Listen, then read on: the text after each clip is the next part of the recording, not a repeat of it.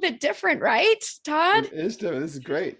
Usually It's it's you great. by yourself, but I'm Kristen Poborski and I work with Todd, and I am excited today to be interviewing Todd on the Let's Talk About Love, Sex, and Infidelity podcast.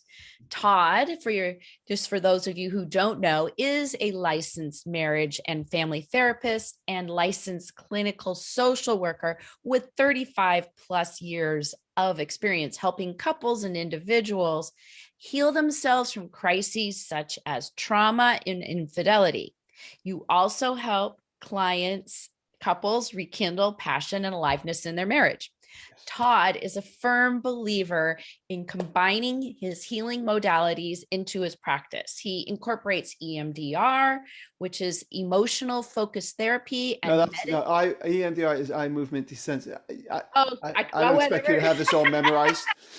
Is my job. Eye movement desensitization and reprocessing, and then there's the other E, Yes. emotional Okay. focus therapy. Go Right. on. Okay. Sorry. That's EMDR and meditation to help Yes, promote meditation. optimal healing and living for his patients. Right. Yes. So, Todd himself has been practicing meditation for 40 plus years. Is that right? Yeah, And I he's started when I was 3. Yes. and he's personally experienced how it has positively impacted his personal relationships and your health. Today, we're going to talk specifically about meditation as we are just getting ready to launch his newest program, Meditation for Couples monthly membership. And we're focusing on the benefits of meditation and how it gives you the freedom to drop your agenda and be able to listen from a deeper place.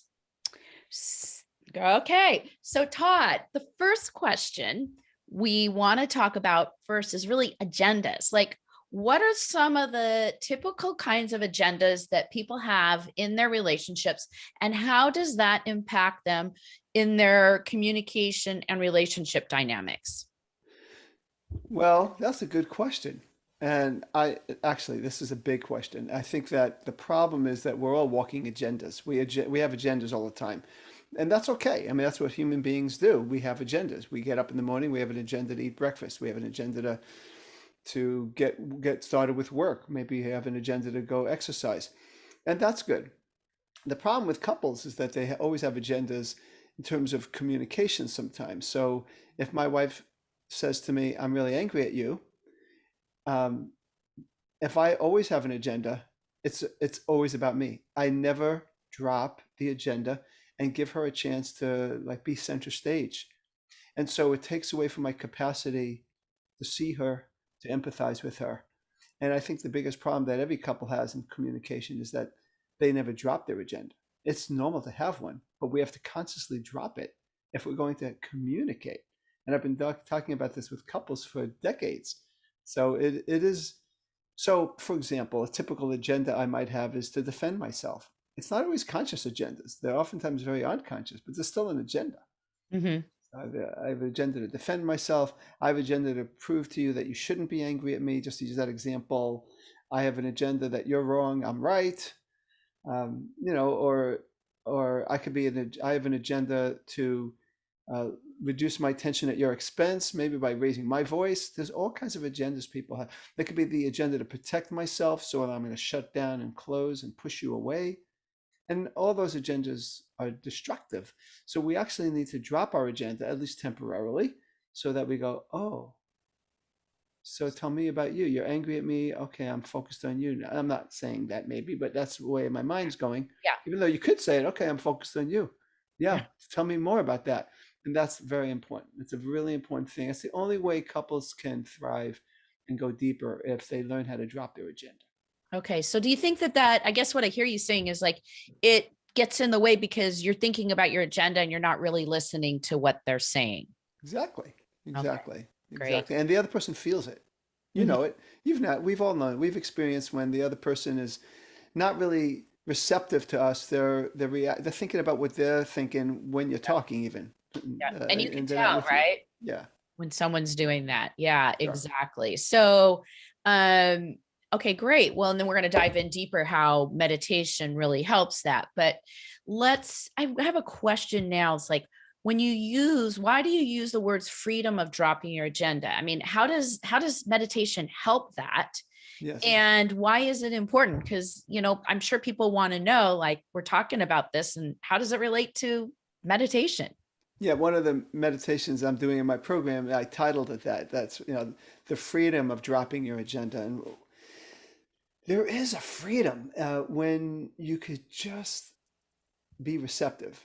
When my wife and I, people know that we hike a lot, and the agenda, I guess, is to climb that hill, climb that mountain. But there's a point where you have to just drop it and just notice the flowers and the smells and the views. And there's really no agenda. You're just totally taking in the view, and it's very freeing. It's liberating. You're in the moment fully. You're not trying to change anything. We all have this burden, self-imposed, of changing things, especially in Western society. We have to make things different. We got to change things all the time. And there's nothing wrong with changing things, but we need to oftentimes stop trying to change things. And it's liberating, it's freeing to just be and to notice the other person and what they're saying, just like noticing the flowers and the smells on a hike. Yeah. It's like taking the burden off of trying to control things, make things happen, push my agenda. It is truly liberating and very peaceful. Okay, great. Do you have like a specific, because I'm sure that your listeners want to know, do you have like a specific example how you've been able, I mean, maybe not with meditation, but like a couple that came in that had all these agendas and they weren't listening to each other? And how does that change a Sure. relationship when you can drop your agenda? Well, I have thousands of examples because I've done it thousands of times. I mean, there's an exercise I use called playing catch where the people literally learn how to take turns, right? One person throws the ball, the other person catches. You don't throw the ball at the same time at each other. That's not playing catch. That's a different game. So we need to learn how to do that. So I have couples coming in and they're disconnected or they're bickering or they're just separated from each other emotionally, sometimes even physically. And what we do is I've had couples where one says, I'm angry, and I'm training the other person how to give themselves permission to drop their agenda. Don't try to change your partner's angry or hurt or sad or whatever, and just focus and practice seeing the other person. I see you. Wow.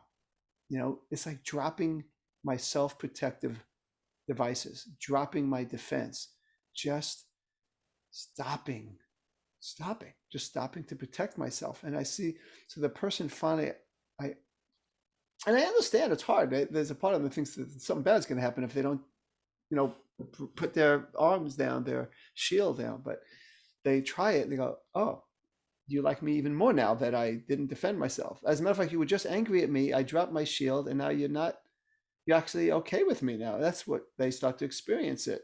So it becomes motivating to keep doing that over and over again. And suddenly you could see a couple that was angry 1 minute, and then the next minute or two, they're starting to feel closer, or one person's crying because they feel safer with the other person because you've actually allowed me to just have a feeling.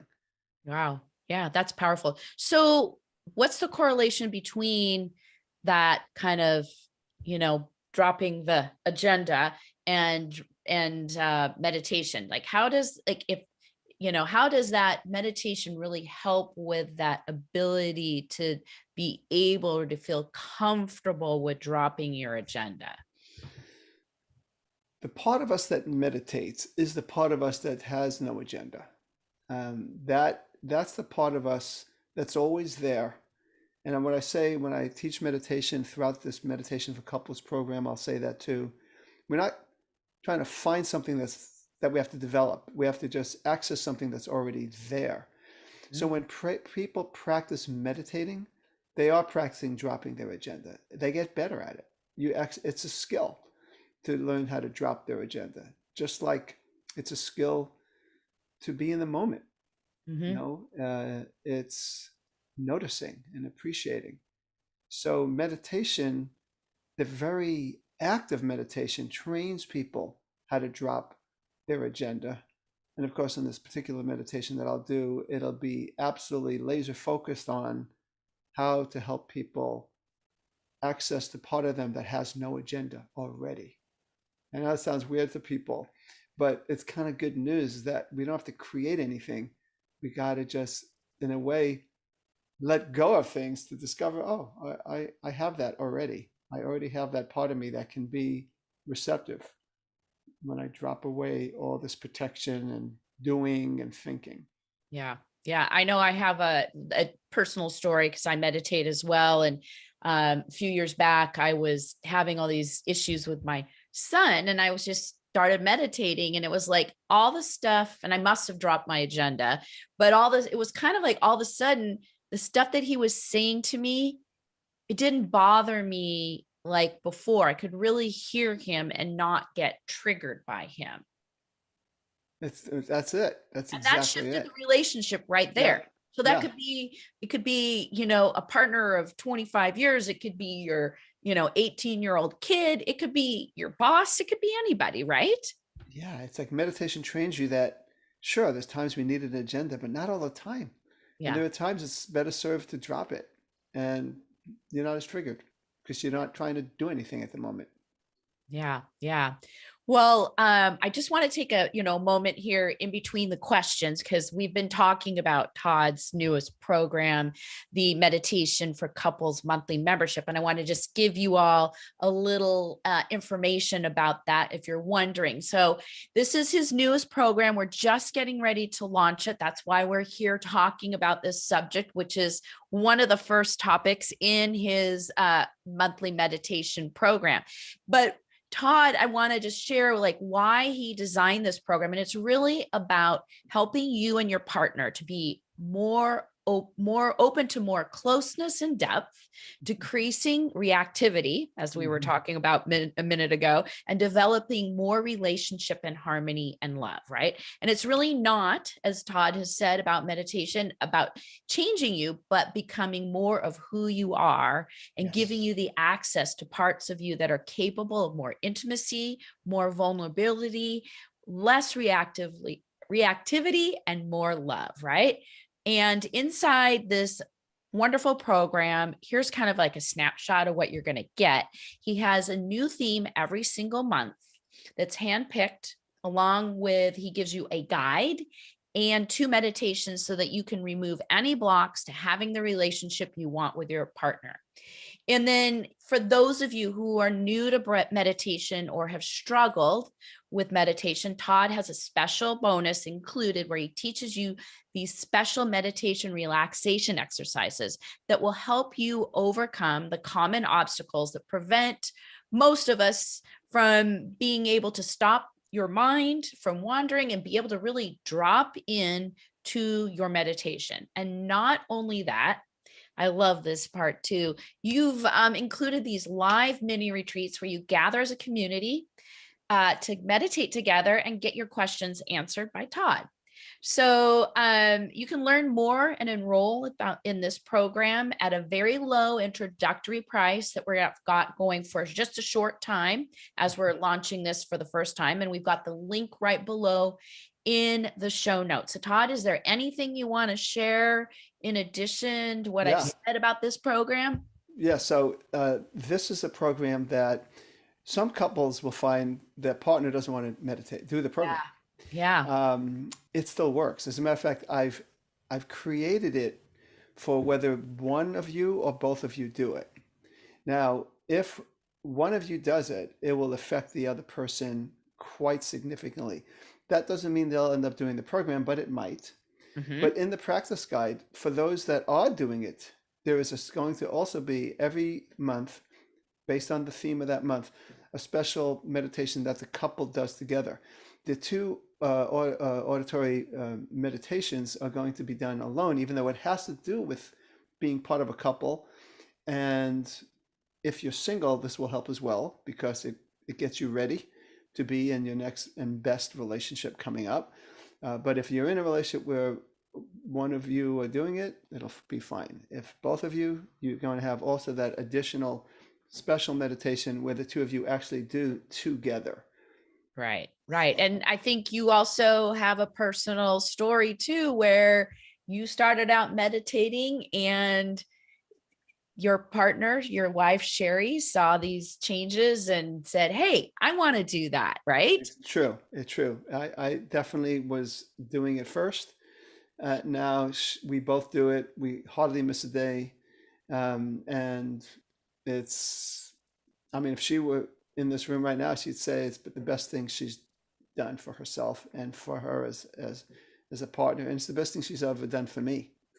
Oh yeah, I would have to agree. My husband Yeah. and I, we meditate together, and it's shifted everything, Yeah. and yeah, so that's great. Well, let's tie back into the questions. So let's talk a little bit more on this theme of listening. And specifically, the question is, what do people normally do when they think they're listening to their partner? They're hearing things. I mean, we have ears and we hear things, but like we were talking about before, is the person's already thinking about how they want to defend themselves typically. And defense comes in many different faces. Sometimes it's yelling, sometimes it's justifying, sometimes it's being quiet. But what it's not is acknowledging and tuning in to the other person. Listening is when the other person gets the experience that, wow, you're really taking in what I'm saying. That doesn't mean you agree with what I'm saying, but Mm-hmm. you're taking in what I'm saying. So there is a certain big difference between deep listening and pseudo or superficial listening when you're just hearing the words, but you're really not dropping your agenda. So Oh, it all comes together. It all yeah. relates. Yeah. I'm sure it does. So let's talk a little bit more about this deep listening and how meditation can help, and why is it important? There's, I'm a professor too at USC teaching grad students, and one of the things I teach them is that the most important things mothers and fathers can do for their children is to give the children the experience, and even infants, that their experience is valid and real. That's what actually, in a nutshell, what makes people healthy. The more a child or a baby, newborn experiences, adolescent experiences the parent validates your experience and makes it you feel like what you're experiencing matters and is real, the healthier you are. Mhm. The less you feel that way, the more therapy you'll need. So it's basically that simple. So that's really what health is about. Mhm. So it's no different what we need to do for each other. As a couple, we need to be deeply listened to. That is the most important aspect, I think, of relationships there is. There's nothing more important. It's, I'm all for being romantic. It's great. I talk a lot about sexual issues. That's great. Planning vacations is great. Being, running a good household is great. But there's nothing more important than listening well, which means deep listening, which means I drop my agendas for a little while anyway, Mhm. so that you get the experience that I'm hearing what you're saying and I'm making your experience feel real. Like what you're angry at me. And even though part of me thinks, wow, you're thinking wrong about it. Why are you angry at me? I drop it. It's not my turn. And I'm able to deeply listen and go, oh, wow, you really are angry. This really caused you pain. Wow. Okay. Tell me about it. Now that's something we need to do. And most of us did not see it growing up. We didn't see parents that did this. Nope. So listening is not most of our strong suits. So, but it's crucial. It's absolutely crucial. We need to evolve beyond our parents and deeply listen. So, Yeah. So, and so how does meditation make you a better listener? I mean, right, right. Well, I mean, meditation, related to what I said before, it gives you time where you're just sitting still and ah, dropping your agenda, and so you're sitting still, and so you learn how to sit still, and you learn. There's a word I a lot of times use is the word allow.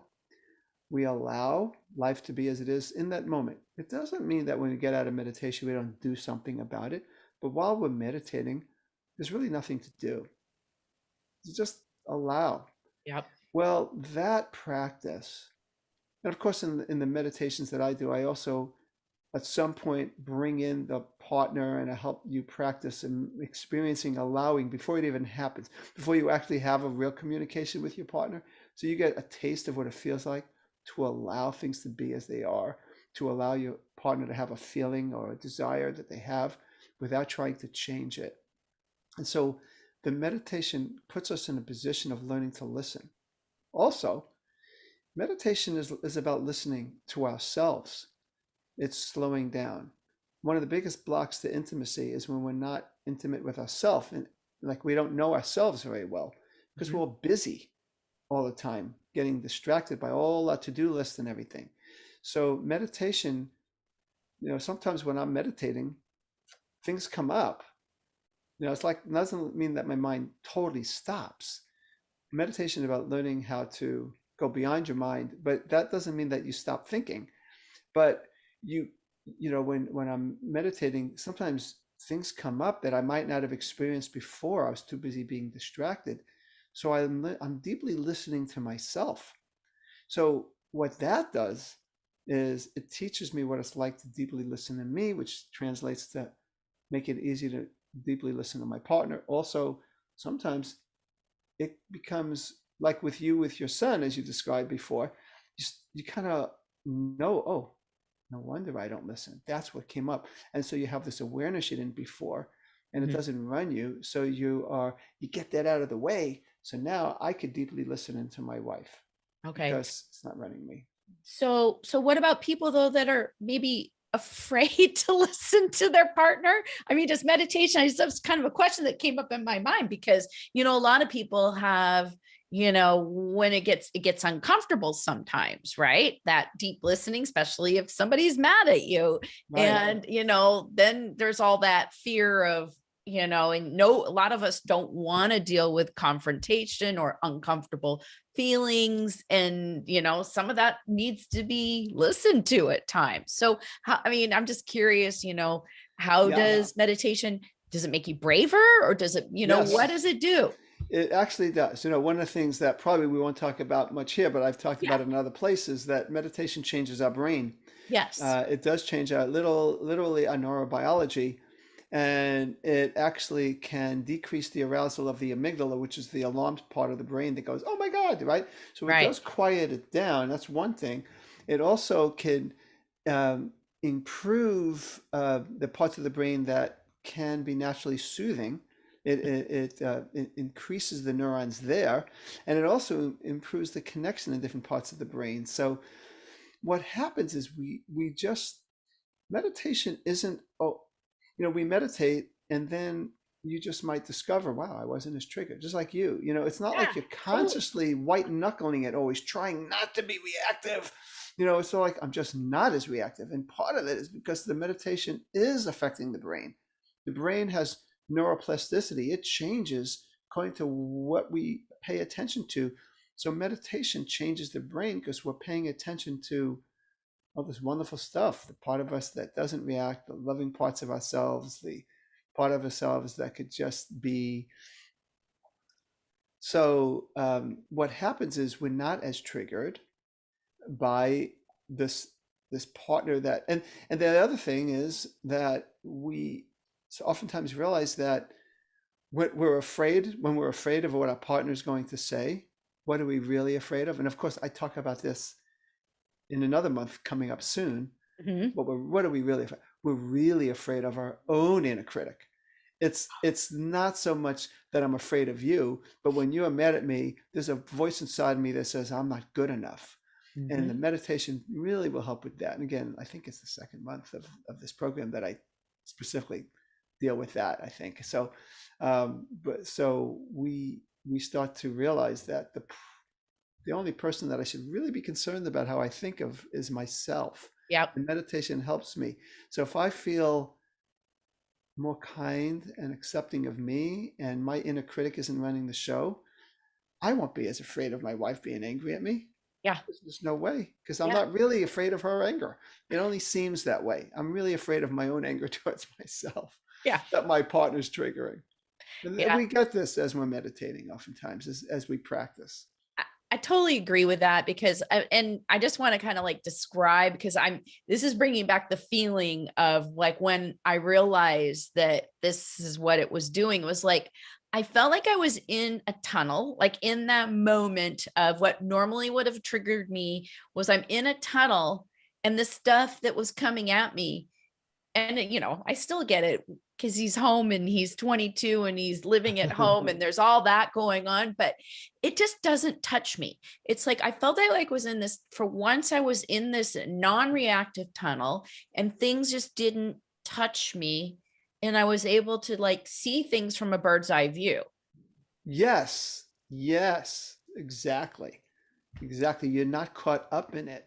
It doesn't even mean you're not experiencing some elements of it, but you're just not caught up in it. Yeah. And the meditation has helped bring that, kind of created a space for you Yeah. there. Yep. So, well, let's like wrap this up with one, I think, last question, because I know we've talked about this and I know this, and I'm going to throw this at you because it's not on our list of questions, but I think it's Oh, you're going to appropriate surprise me. Okay.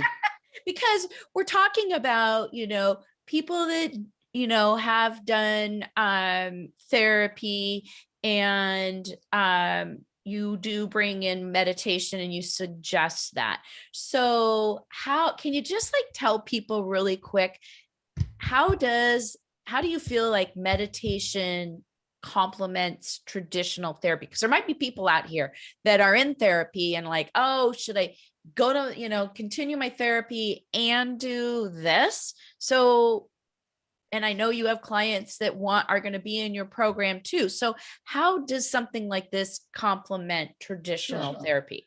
It totally complements it. It doesn't have to substitute it. I think that I don't think meditation solves all problems.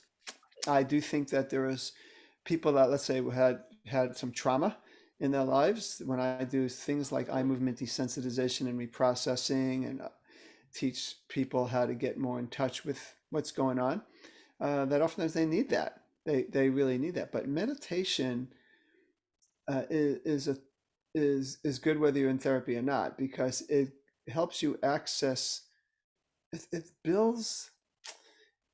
I keep thinking of the word freedom. It just gives us the freedom to access the parts of us that know we're okay.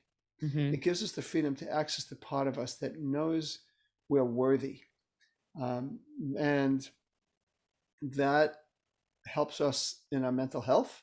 It Mm-hmm. helps us in our physical health, and it helps us in our relationships. So yeah, I think more and more I tell my clients to meditate. If they don't, it doesn't mean they don't get help, but the meditation really does. Um, it makes things. It accelerates things. It just accelerates the results.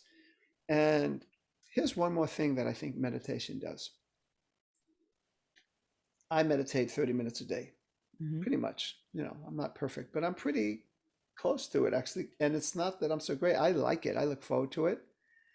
It's sending a message to me that I matter enough to stop, that I'm not just a robot that does things. And I think we are wired to be that, right? I mean, before we had devices that we're on right now and light, people's lives had slowed down. Yep. And I think that if if my clients don't slow down, I don't care what kind of therapy I give them, it's not going to really help a whole lot. So there is an aspect of slowing down that's crucial. I use the phrase slowing down a lot. Slowing down to do your 10 minutes a day communication. Slowing down, I just use the word slowing. Meditation is a natural slowdown. Mm-hmm. And when we slow down and we stop, when we go again or speed up, we're way more creative, way more effective. And so everything we're doing in therapy, there's just a better chance of them accomplishing it because they have learned how to slow down and meditate. Yeah, and it's just a perfect way to self-care, easy Yes. way to do it. Yeah. Rather, yeah. So that's great. Well, before we wrap this up, Todd, is there anything else that you want to share on the topic today? Yeah, Um, I mean, look, this is such an easy thing for me to do because it's so great to do things that I'm personally passionate about.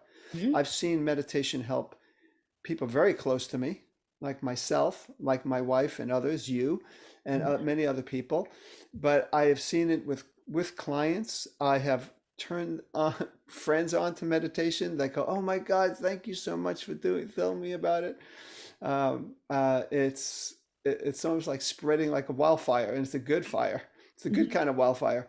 So I'm passionate about it. I would hope people sign up for my meditation for couples program. If they're in a relationship or they ever want to be in one, I think it's going to be really Yeah. helpful, and I'm very excited about it. Yeah. I think it's going to do a lot of good. Yeah. Oh, I know it is. I mean, it's funny because we were all set to do something else, and this is your passion project. This Yes, meditation for couples yes, monthly it's true. membership is really your passion project. We have other things that we know that your audience is really interested in, but this has been something in the midst of one of your busiest years with your practice teaching, all of that. You found time to build this program, Oh and yeah, it yeah. lights you up every time you talk about it. So I just want to remind everybody, you can learn more about Todd's meditation for couples and singles, right? Program. The link is down below in the show notes. And again, we've got a special introductory offer. I don't know how long we're going to keep this running, so you might want to go check it out as soon as you hear this podcast. And I guess that's it for today. Yes, All yes. right. It's great talking. Good talking to you, Todd. I'm looking All forward right. to doing this again.